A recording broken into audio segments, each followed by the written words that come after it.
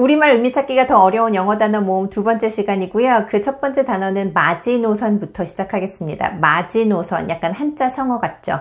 영어로 읽으실 때는 Maginot Line 이렇게 읽으시면 되고, 사실은 프랑스 말이에요. 그 1차 세계대전 끝나고 나서 프랑스가 독일 쳐들어오지 말라고 군사 경계 지역에 만든 그 요새 선이거든요.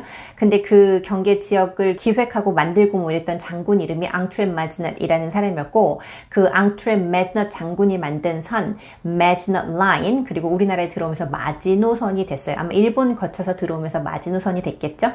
우리가 가지고 있는 관용적인 의미는 내가 허용할 수 있는 마지막 선, 더 이상 물러날 수 없는 마지막 한계선, 뭐 이런 관용적인 의미로 이 가격이 마지노선이에요. 더 이상 싸게는 못 드려요. 저는 컴퓨터를 고를 때 한 1,500불이 마지노선이에요. 1,500불 안에서 골라야 돼요. 뭐 노산의 마지노선은 어디까지인가요? 뭐 이렇게 제가 이제 어떻게 쓰시는지 보려고 여러 가지 카페들을 돌아다녔는데 이렇게 많이들 쓰시더라고요. 자, 이런 말들을 한국말에서 영어로 바꿀 때 어떻게 쓸 거냐는 거예요. Maginot Line으로 영어로 쓸 수 있다는 걸 발견하는 순간 학생들이 너무 기뻐해요. 아, 영어가 이렇게 쉬워지다니 이러면서. 그런데 가장 큰 문화적인 충격은 뭐냐면, 영어를 모국어로 가지고 있는 사람들이 이 Maginot Line 자체가 우리가 가지고 있는 그 관용적인 의미의 이디엄으로 쓰지 않아요. 이를테면 $20 Maginot Line 이렇게 썼을 때 역사적인 상황에 Maginot Line이 뭔 줄 알고 있는 영어를 쓰는 원어민 정도면 아마 이해를 할 수도 있겠지만 그 문장이 그렇게 명백한 문장은 아니거든요. 마치 이게 20불이 군사 경계선이에요, 나한테. 이렇게 쓰면 대강 무슨 뜻인지는 알지만 이게 그 마지노선처럼 절절한 의미로 오지 않는단 말이에요. 그렇기 때문에 20불이 마지노선이요 라는 문장 안에서 가지고 있는 마지노선을 설명해 주셔야 돼요. 그렇다면 20불은 내가 당신한테 줄 수 있는 최저 가격이잖아요. 이 가격 밑으로는 못 파는 거예요. 더 이상은 깎을 수가 없는 거예요. 그럼 이게 최저 가격이에요. The lowest price라는 뜻이잖아요. 마지노선 자체가. 그럼 $20 is the lowest price that I can offer. Take it or leave it. 가져가시던가 마시던가. $20 is the lowest price that I can offer. Take it or leave it. 오케이? 자, 1,500불이 내가 컴퓨터를 살 수 있는 마지노선이에요. 그러면 my Maginot Line for a new computer is $1,500. 뭐 이렇게 쓰고 싶어 할 거란 말이에요. 명확하지 않은 문장이에요. 이 문장 안에서 마지노선은 내가 쓸 수 있는 최고의 한계점의 돈을 말하는 거잖아요. 그렇기 때문에 my maximum limit price for a new computer is $1,500. I can spend up to $1,500. My maximum limit price for a new computer is $1,500. I can spend up to $1,500. 1,500불까지 쓸 수 있는 거예요. 그 안에서 고르면 되는 거예요. So my maximum limit price for a new computer is $1,500. I can spend up to $1,500. 오케이? 자, 노산의 마지노선은 어딘가요? 노산 자체가 출산을 늦게 하는 걸 얘기를 하는 거잖아요. 그러면 노산의 마지노선, 마지막으로 가장 늦은 나이는 몇 살이에요? 그 여성이 출산을 할 수 있는, 이렇게 할게요. 가장 늦은 나이는 몇이야? 여성이 출산을 할 수 있는, 이렇게 풀어서 봐볼게요. 그러면 what is the latest age that a woman can give birth? What is the latest age that a woman can give birth? 이렇게.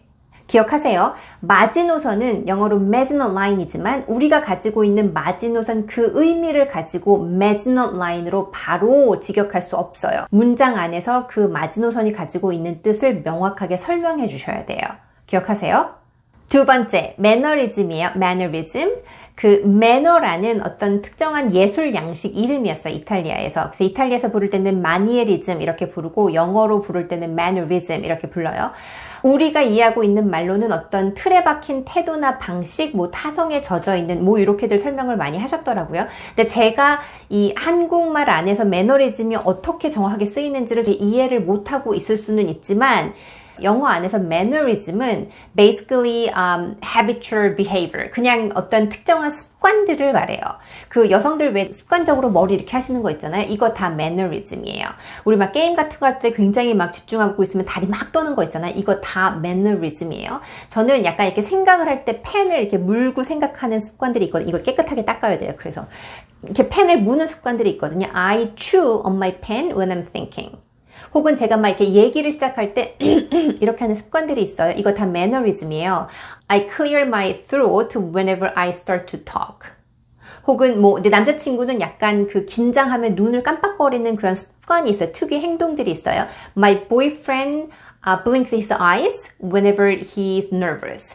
My boyfriend blinks his eyes whenever he feels nervous. 이렇게 일정한 어떤 행동 방식이나 습관 같은 것들, 그 내가 생각하지 않고 그냥 자연적으로 나오는 그 특유한 행동 방식이나 습관을 얘기를 하는 거거든요. 그렇기 때문에 한국말로 이런 말도 쓰시잖아요. 뭐 내가 신입사원 때 있었던 그런 열정 같은 건 다 없어지고 지금은 매너리즘만 남았어. 이런 표현들 쓰시더라고요. 그럴 때 I lost my passion that I had when I was a rookie and 뭐 mannerism, only mannerism left. 이렇게 쓰는 거 좋아하더라고요. 근데 여기서는 말이 안 되는 문장이 이 mannerism 자체는 습관이니까 조금 더 명확하게 설명을 하자면 I lost my passion that I had when I was a rookie and then there's only routine left or there's only daily habit left. 이 정도? 아니면 나는 너무 틀에 박힌 나의 일상을 어떻게 빠져나가야 될지 모르겠어. 이런 걸 만약에 매너리즘으로 썼다고 치면 I don't know how to get rid of my mannerism in my life 뭐 이렇게 썼던 것 같아요. 우리 친구들이. 조금 더 명확한 영어로는 I don't know how to break out of my daily routine. I don't know how to break out of my daily routine or daily habit. 이 정도 쓰시는 게 훨씬 더 명확하게 전달이 될 것 같으세요. 오케이? 3번, melancholy, melancholy 이렇게 읽어요. melancholy, 이 멜란은 우리가 아는 색소 이름이에요. 멜라닌에서 나온 거예요. 검은 색소, 이렇게 검은 색소가 올라오면 기미가 생기는 거 있잖아요. 그 멜란이에요. 컬리는 그 담즙을 얘기하는 그리스 말이었어요. 그래서 melancholy 이러면 흑담즙이에요. 의학의 아버지라고 불리는 히포크라테스의 기즐론에 보면 이 melancholy, 흑담즙이 많이 나오는 사람은 어떤 그 분위기에 쉽게 휩싸이는 경향이 있어서 그렇게 건강하지 못한 사람이라고 이제 문헌에 표기가 되어 있대요. 그렇기 때문에 우리가 이해하는 말로는 쉽게 설명할 수 없는 어떤 그 침울함, 슬픔, 우울함 이런 것들을 멜랑콜리라고 표현을 하잖아요. 그래서 영어에서 가장 근접하게 쓰실 수 있는 문장 중에 하나예요. 오늘 날도 구리구리한 게 아주 기분이 멜랑콜리하다. It's such a gloomy day today. I feel melancholy. 아주 정확하게 잘 맞는 문장이에요. It is such a gloomy day. I feel melancholy. Okay? 나는 그 남자한테 믿음이 많이 안 가. 약간 기분이 멜랑콜리할 때만 전화를 하더라고. 그러면 나는 그 남자애한테 믿음이 많이 안 가. 이런 표현할 때 I cannot give my trust. No, I cannot give my trust to him. 이렇게 쓰고 싶어 하거든요, 학생들. I don't have much trust in him.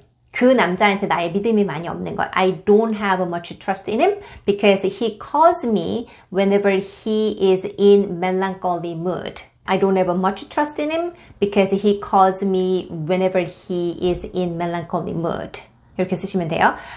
나는 약간 멜랑콜리한 뮤직은 별로 듣고 싶지가 않아. 약간 되게 감성적으로 만들더라고, 나를. So I don't want to listen to melancholy music because it makes me feel emotional. I don't want to listen to melancholy music because it makes me emotional. 자, 오늘 정리할게요. 마지노선, marginal line. 하지만 우리가 알고 있는 관용적인 의미가 영어 안에 없기 때문에 문장 안에서 그 의미가 가지고 있는 걸 설명해 주셔야 된다는 거. 2번, mannerism. 우리가 알고 있는 의미와는 거리가 좀 있었어요. 우리가 그냥 특유하게 하는 습관적인 행동을 말하는 거예요. mannerism.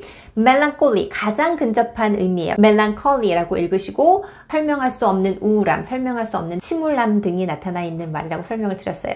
자, 여기까지 토론토 김코치였습니다. 오늘도 귀한 시간 감사합니다. Take care. I'll see you next time.